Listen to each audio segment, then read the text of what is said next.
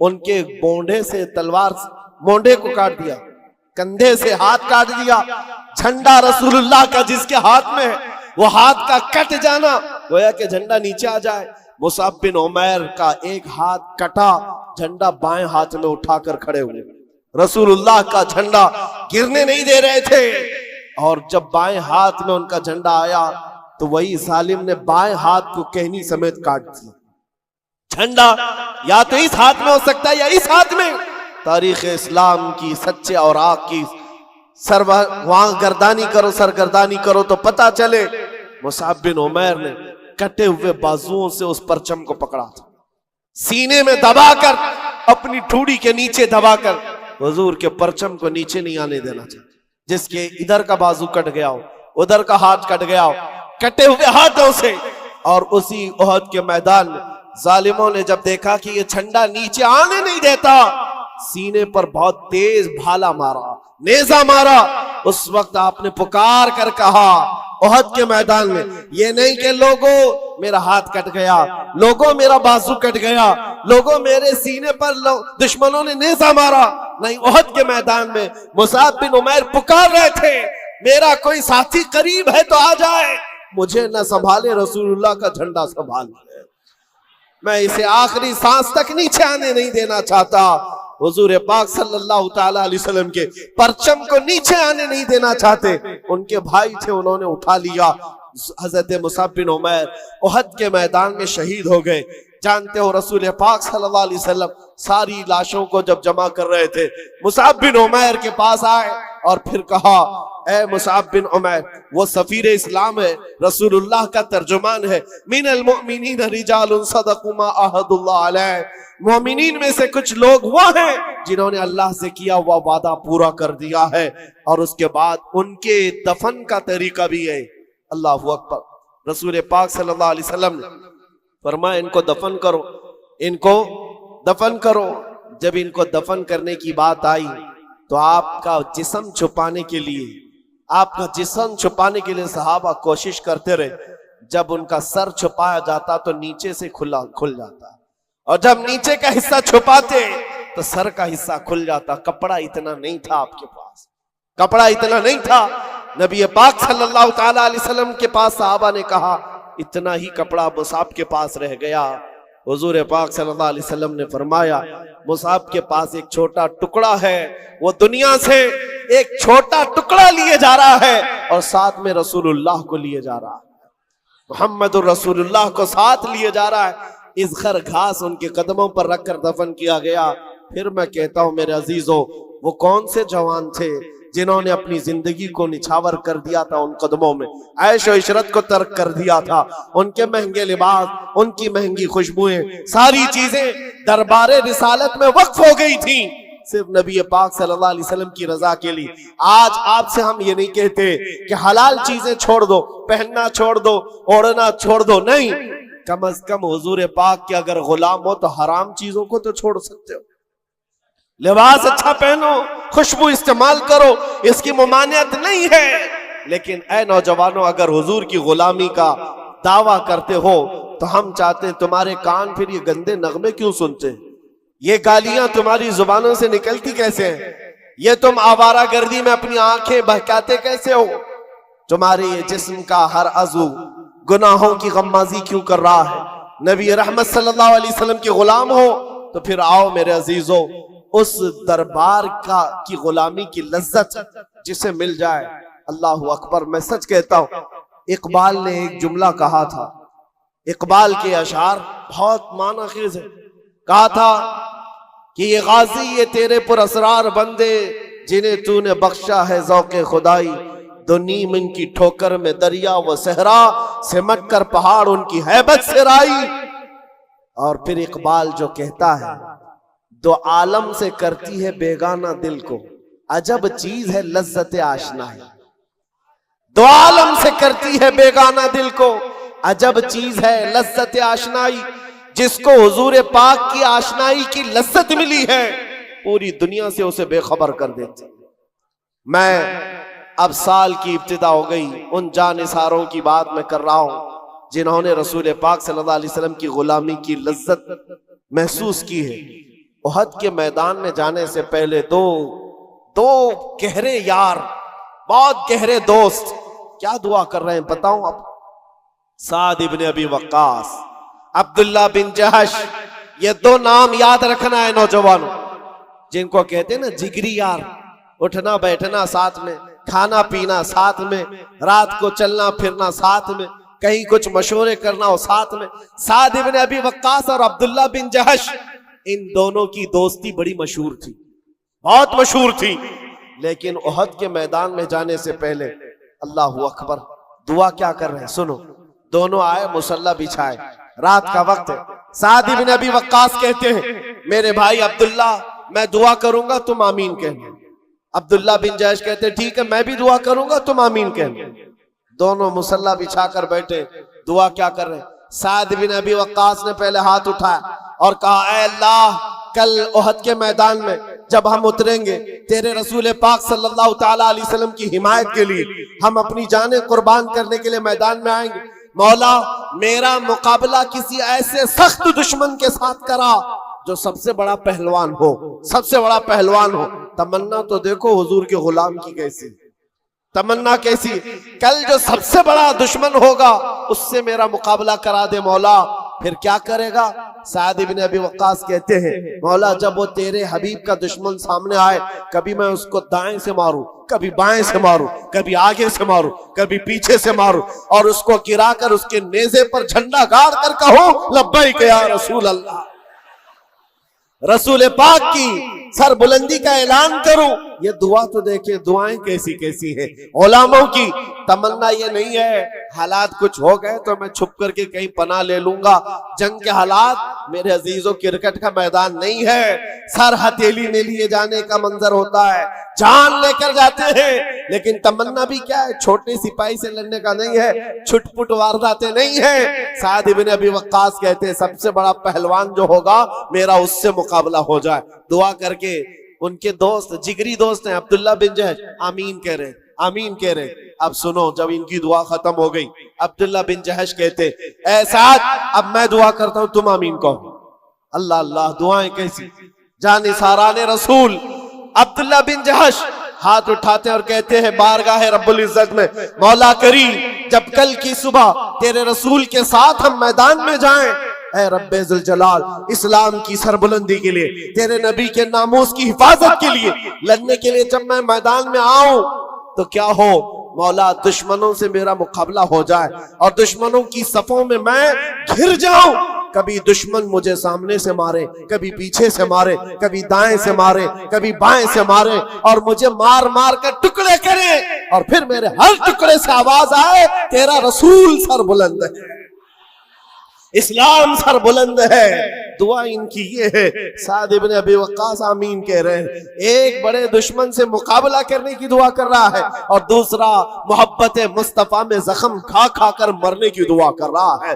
صبح ہوئی، احد کے میدان میں جب پہنچے عزیزان گرامی وقار، بات ایسی تھی سعد بن ابی وقاص صف میں سب سے پہلے آگے آئے تھے، اس وقت دشمنوں میں سے جو اس وقت سب سے بڑا پہلوان تھا سعد بن ابی وقاص کے سامنے آیا، جس کو کہا جاتا تھا 1000 انسانوں کی طاقت رکھتا ہے۔ سعد بن ابی وقاص اس کو دیکھتے ہی کہتے ہیں تو نہیں آیا، میرے رب نے بھیجا ہے، اس لیے کہ رات کو میں نے دعا کی تھی جو تمہارا سب سے بڑا پہلوان ہوگا میں اس سے مقابلہ کروں گا۔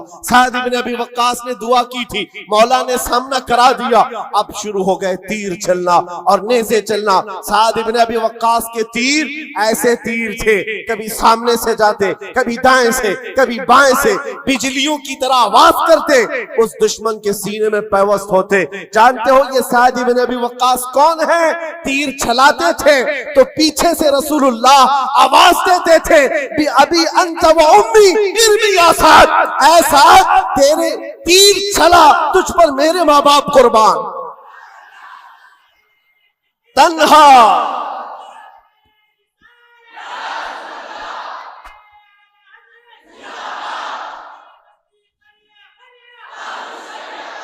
تنہا سعد بن ابی وقاص کی ذات ہے جس کو میرے رسول نے فرمایا ساری دنیا کہتی ہے یا رسول اللہ آپ پر میرے ماں باپ قربان، لیکن سعد بن ابی وقاص وہ ہیں جس کو اللہ کے رسول کہتے ہیں سعد تیر چلا میرے ماں باپ تجھ پر قربان، اور جس کو رسول اللہ یہ فرمائے پھر ان کے تیروں کی آواز کا کیا کہنا، تیروں کے نشانوں کا کیا کہنا۔ جب سنگ سنگ چلتے تھے دشمن کے خیمے میں کھلبلی مچ گئی، تھوڑی ہی دیر گزری تھی، ان کے سامنے آیا ہوا دشمن ایسا گرا کہ اس کے جسم پر سعد ابن ابی وقاص کے لگائے ہوئے نشان موجود تھے۔ پھر آئے اپنے خدا سے کیے ہوئے دعا کے مطابق دائیں سے بھی مارا، بائیں سے بھی مارا، آگے سے پیچھے سے، پھر سینے میں جھنڈا گاڑ کر کہا رہے گا یوں ہی ان کا چرچا رہے گا، رہے گا یوں ہی ان کا چرچا رہے گا، پڑے خاک ہو جائیں جل جانے والے، مٹ گئے مٹتے ہیں مٹ جائیں گے آدھا تیرے، نہ مٹا ہے نہ مٹے گا کبھی تو گھٹائے سے کسی کے، یا رسول اللہ نہ گھٹا ہے نہ گھٹے گا جب بڑھائے تجھے اللہ تعالیٰ تیرا۔ سعد ابن ابی وقاص کی دعا تو قبول ہو گئی اور آپ نے رحمان کا شکر ادا کیا۔ جنگ کا میدان ہے اور گہما گہمی ہے، گھمسان کی جنگ ہوتی ہے، کون کہاں ہے کس کو خبر ہے، لیکن جگری دوست تھے عبداللہ بن جہش کی یاری ان کے ساتھ بڑی مشہور ہے۔ جیسے ہی شام ہو رہی تھی ڈھونڈنے لگے میرا جگری یار دکھتا نہیں، عبداللہ بن جہش کہاں ہے؟ میرے عزیزوں صحابہ نے بتایا سعد بن ابی وقاص کو کہ افسوس ہے تمہارے عبداللہ بن جہش کی شہادت ہو گئی۔ پوچھا کیسے؟ کہا وہ جب لوگوں میں مشہور ہو گئی تھی افواہ کہ رسول اللہ کا قتل ہو گیا، عبداللہ بن جہش نے ادھر ادھر کچھ نہیں دیکھا، دشمنوں کے نرغے میں دوڑتے ہوئے چلے گئے اور ایسے اندھا دھند ان سے لڑتے رہے، نہ وہ پیچھے کی طرف دیکھتے نہ کدھر نہ ادھر نہ ادھر۔ دشمنوں نے گھیر لیا عبداللہ بن جہش کو، دائیں سے مار رہے تھے، بائیں سے مار رہے تھے، سامنے سے مار رہے تھے، پیچھے سے مار رہے تھے۔ عبداللہ بن جہش کے جسم کے 80 ٹکڑے کر دیے گئے تھے اور ایک ایک ٹکڑے کو رسیوں میں پیرو کر کافروں نے ہار بنا کر پہن لیا تھا۔ یہ عبداللہ بن جہش کے ساتھ ہوا۔ سعد ابن ابی وقاص نے خبر سنی، آپ دیدہ ہو گئے، کہا اے لوگو رب ذوالجلال کی اس محبت پر قربان، اس نے کل میری بھی سن لی، میرے دوست کی بھی سن لی، اس کی بھی دعا قبول، میری بھی دعا قبول۔ سنو جو کہنا ہے میرے عزیزو، اس واقعے سے مجھے کہنا کیا تھا۔ سعد ابن ابی وقاص اپنے جگری دوست کی لاش کو دیکھنے آئے، لاش کہاں ہے؟ ٹکڑوں میں بدل گئی، جسم کے ٹکڑے میدان میں بکھرے ہوئے ہیں۔ قریب آئے، ان ٹکڑوں کو اٹھایا، اپنے جگری دوست کے جس کے ساتھ اٹھنا بیٹھنا ہے، بہت قریبی یاری ہے، ٹکڑوں کو اٹھایا، ہاتھ میں رکھا، دیکھا ٹکڑے ابھی گرم ہے، گوشت گرم ہے، ہل رہا ہے۔ سعد بن ابی وقاص نے اپنے دوست عبداللہ بن جہش کو مخاطب کر کے کہا اے عبداللہ کیا کمال کی بات ہے، کل رات ہم نے بھی دعا کی، تم نے بھی دعا کی، رب تبارک و تعالیٰ سے میں نے دعا کیا تھا بڑے پہلوان سے میرا مقابلہ ہو جائے، رب نے سن لیا، بڑا پہلوان آیا، میں نے اس کو ہر طرف سے مارا اور پرچم اسلام بلند کیا، اور تو نے دعا کی تھی ہر طرف سے تجھ پر تیر آئے اور تیرے ٹکڑے ہو جائیں، رب نے تیری بھی سن لی، لیکن قسم رب ذوالجلال کی اے عبداللہ تیری دعا میری دعا سے افضل تھی، تیری دعا میری دعا سے افضل تھی، اس لیے کہ دشمن کو مارنے کا مزہ اور ہے، ان کی محبت میں